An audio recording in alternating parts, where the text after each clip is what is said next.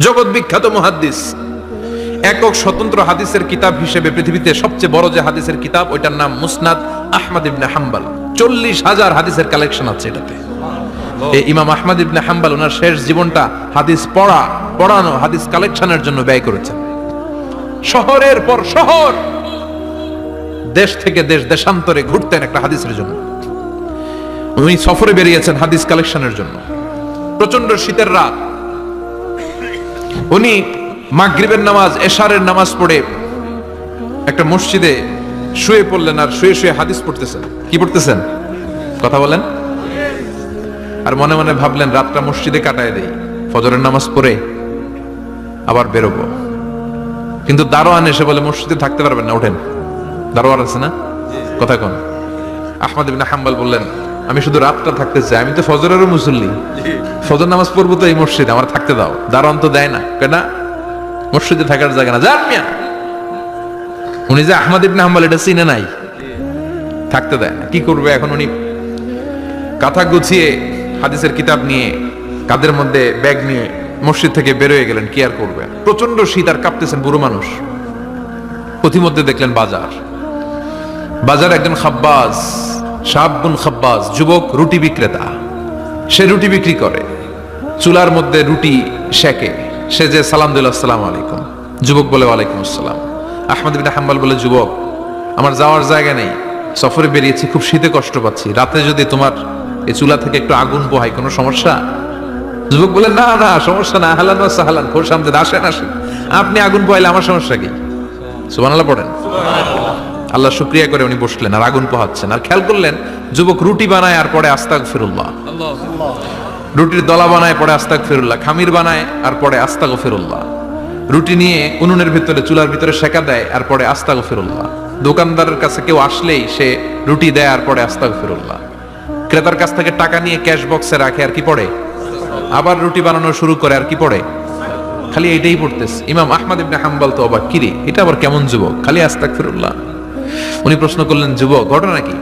আসার পর থেকেই তোমার দেখতেছি তুমি রুটি বানাও, রুটি বিক্রি করো আর পড়ো আস্তাগফিরুল্লাহ, মালাকা ইয়া শাবাব। যুবক বলে, আস্তাগফিরুল্লাহ আমার সবচেয়ে বেশি পছন্দের আমল, আমি সব সময় আঠার মতো ইস্তেগফারের সাথে লেগে থাকি আর সব সময় পড়তে থাকি আস্তাগফিরুল্লাহ, আর এর বদৌলতে আল্লাহ আমারে মুস্তাজাবুদ দাওয়া বানিয়ে দিয়েছে। সুবহানাল্লাহ। আহমদ ইবনে হাম্বল তো অবাক, আনতা মুস্তাজাবুদ দাওয়া, তুমি মুস্তাজাবুদ দাওয়া, রুটিওয়ালা। আমি এত বছর হাদিস পড়াই, আমি তো মুস্তাজাবুদ দাওয়া না, আর তুমি রুটি বেচো বাজারে, তুমি মুস্তাজাবুদ দাওয়া, তুমি দোয়া করলে সব কবুল হয়ে যায়। যুবক বলে, নাম আনা মুস্তাজাবুদ দাওয়া, আমি আমার জীবনে যত দোয়া করেছি কবুল করে নিয়েছে কে? আল্লাহ। সব দোয়া কবুল করে নিয়েছে আল্লাহ, একটা দোয়া ছাড়া। কয়টা? আহমদ ইবনে হাম্বলের কৌতূহল, কিউরিওসিটি আরো বেড়ে গেল। কি? সব দোয়া কবুল হয়েছে, একটা দোয়া ছাড়া। মাযালিকা দুআ ইয়া শাব, কি সেই দোয়া? যুবক এবার বলতে শুরু করলো, আমার জীবনে যে দোয়াটা আল্লাহ কবুল করে নাই সেটা হচ্ছে আমি আল্লাহর কাছে অনেক চেয়েছি, অনেক দোয়া করেছি যে আল্লাহ, শুনেছি এই জামানার সবচেয়ে বড় মুহাদ্দিস, তার নাম নাকি ইমাম আহমদ ইবনে হাম্বল। আল্লাহ তোমার কাছে আমার চাওয়া, আমি যেন এই ইমাম আহমদ ইবনে হাম্বলের দেখে মরতে পারি, আমি যেন ইমাম আহমদ ইবনে হাম্বলের হাতে হাত রেখে মুসাফা করতে পারি আর তার কপালে একটা চুমু এঁকে দিতে পারি।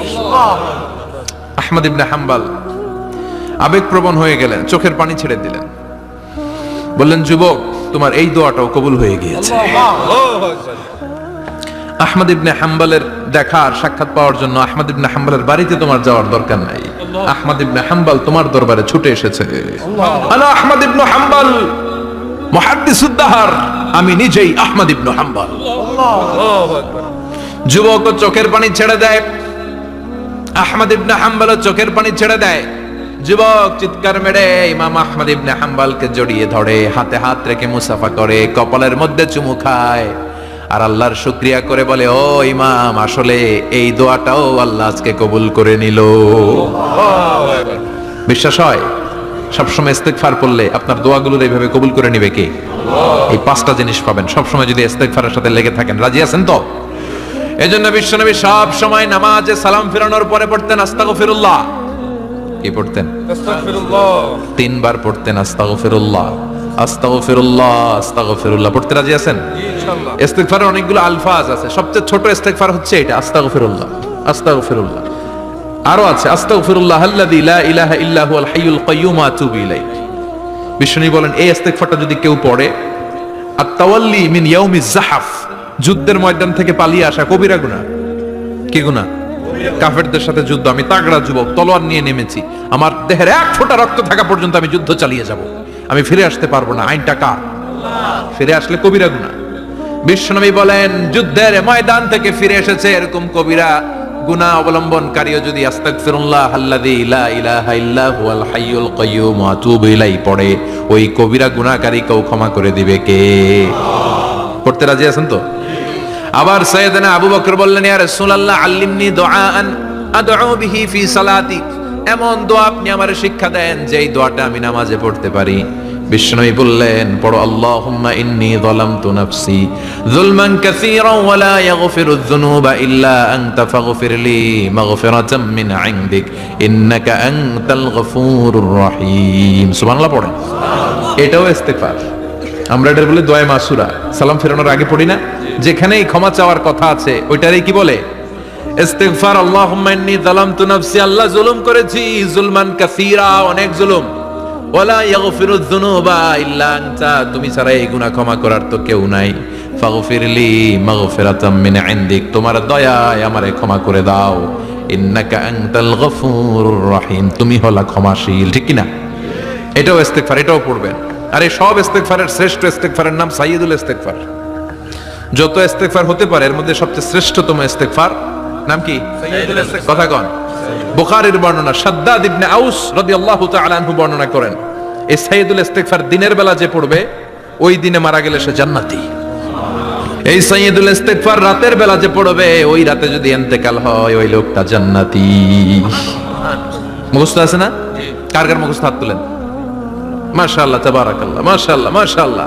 আর যাদের নাই তাদের হোমওয়ার্ক, তাদের আল্লাহুম্মা আনতা রাব্বি লা ইলাহা ইল্লা আনতা খালাকতানি ওয়া আনা আবদুক ওয়া আনা আলা আহদিকা ওয়া ওয়া'দিকা মাস্তাতা'তু আউযু বিকা মিন শাররি মা সানা'তু আবু'ু লাকা বিনি'মাতিকা আলাইয়া ওয়া আবু'ু লাকা বিযামবি ফাগফিরলি ফাইন্নাহু লা ইয়াগফিরুয যুনুবা ইল্লা আনতা। সুবহানাল্লাহ পড়েন। সুবহানাল্লাহ। আজকে রাতে পড়ছেন, মারা গেলে জান্নাতি। চিল্লায় পড়েন আল্লাহু আকবার। এজন্য বিশ্বনবী বলেন আমার আগের গুনাহ মাফ, পরের গুনাহ মাফ, তারপরেও প্রতিদিন আমি 70 বার তওবা ইস্তেগফার পড়ি। আজকে থেকে পড়তে রাজি আছেন তো? ইনশাআল্লাহ। বেশি বেশি ইস্তেগফার পড়া যাবে না? একটু প্রাণ খুলে দিল খুলে আওয়াজ করে পড়েন তো আস্তাগফিরুল্লাহ। আর জোরে পড়েন আস্তাগফিরুল্লাহ। আবার সবাই পড়েন আস্তাগফিরুল্লাহ। সব সময় তওবা ইস্তেগফার যারা পড়ে তাদেরকে পছন্দ করে কে? আল্লাহ। সব সময় জিকির করে করে জিহ্বাটারে যারা ভিজিয়ে রাখে তাদেরকেও পছন্দ করে কে? আল্লাহ বলেন ওয়াজকুর রাব্বাকা ফি নাফসিকা তাদাররুআন ওয়া খীফাতান ওয়া দুনাল জাহরি মিনাল কওলি বিল গুদুবি ওয়াল আসাল ওয়া লা তাকুম মিনাল গাফিলিন। সুবহানাল্লাহ পড়েন। আল্লাহ বলেন ওয়াজকুর রাব্বাকা ফি নাফসিক, আল্লাহরে মনে মনে ডাকো, তাদাররুআন ওয়া খীফা, আল্লাহর জিকির করতে আল্লাহ বলেছেন ফি নাফসিক। বুঝতেছেন অর্থ? ফি নাফসিকা, মনে মনে আল্লাহর জিকিরটা করো। তাদাররুআন ওয়া খীফা, তাদাররুআন মানে বিনয়ের সাথে, with full of humility, submission and humbleness, বিনয়ের সাথে আল্লাহর ডাকো। ওয়া খীফা, গোপনে গোপনে ডাকো। দুনাল জাহারি মিনাল কওল, চিৎকার চেঁচামেচি করে ডেকো না। কার কথা? আওয়াজ করে জিকির করো না। এই যে আমরা মাহফিলে